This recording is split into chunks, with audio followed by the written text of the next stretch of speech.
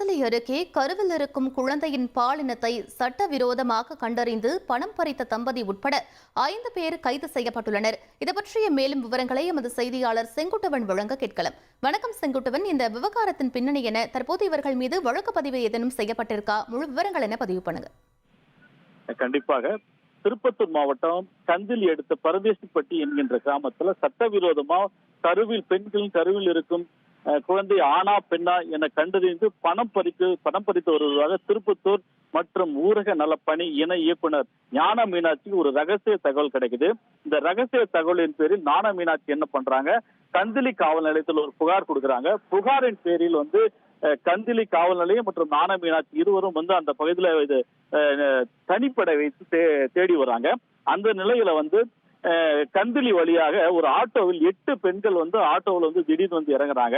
அவங்கள சந்தேகத்தின் பேரில் கூட்டு விசாரிக்கும் போது இவர்கள் முன்னுக்கு பின் முரணாக பதில் அளிக்கிறாங்க. இந்த நிலையில இவர்கள் விசாரித்த போது இவர்கள் 8 பேரும் கிருஷ்ணகிரி மற்றும் தருமபுரி மாவட்டத்தை சேர்ந்த கர்ப்பிணி பெண்கள் என்பதும் தங்கள் கருவில் இருப்பது ஆணா பெண்ணா என பரிசோதனை செய்து கொள்வதற்காக இங்கு ஒரு புரோக்கர்கள் மூலம் வரவழைக்கப்பட்டோம் என்ற ஒரு தகவலை சொல்றாங்க. இந்த தகவலின் பேரில் ராச்சமங்கலம் கிராம பகுதியைச் சேர்ந்த சிவசக்தி, அவருடைய மனைவி ஜோதி என்பவர் போலீசார் கைது பண்றாங்க. இதுல உடன் புரோக்கர்களாக செயல்பட்ட கோவிந்தன், ரஞ்சிதம், அமுலா ஆகிய 5 பேரையும் கைது செய்து முதல் கட்ட விசாரணையில போலீசார் விசாரணை வராங்க. மேலும் இதுபோல் கருவில் இருப்பது ஆணா பெண்ணா என தெரிந்து கொள்வது சட்டப்படி குற்றம் என கர்ப்பிணி பெண்களுக்கு அறிவுரை கூறி அனுப்பி வைத்த நிலையில திருப்பத்தூர் மாவட்டத்தை பொறுத்த வரையில அவ்வப்போது பணத்திற்காக கருவில் இருப்பது ஆணா பெண்ணா என கண்டறிந்து கருக்கலைப்பு செய்வது சம்பவம் அரங்கேறி வருகிறது.